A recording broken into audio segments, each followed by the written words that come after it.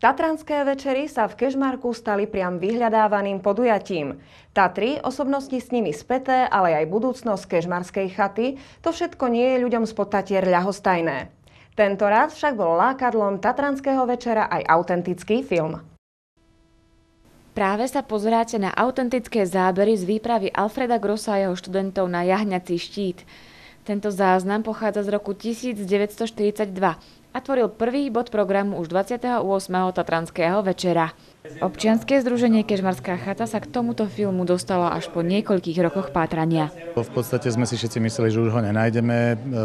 Milan Choma asi 10 rokov hľadal ten film, nenašiel ho. Jeden kaplán nás naviedol na to, že by sme to mohli hľadať v okolí Ružomberka, kde teda bolo rodisko toho daného farára Magu. A nakoniec sme to našli zase u ďalšieho farára, ktorý ho dochoval, ktorý sa o neho postaral. No a ten film sa našiel samozrejme, všetci sme boli z toho nadšení. Tento film je vzácny najmä tým, že zachytáva aj posviacku Kežmarskej chaty, ktorú vysluhoval kežmarský kanonik Ján Janeček. Tohto večera sa zúčastnili aj mnohí významní tatranskí nadšenci a sympatizanti. Tí si radi zaspomínali či už na profesora Alfreda Grossa alebo na zašlú slávu Kežmarky. Boli tu doslova Liebling študenti profesora Grossa, Ladislav Harvant, lyžiarska legenda, no a Michal Šmálik, tiež vynikajúci športovec a vlastne obľúbenec profesora Grossa.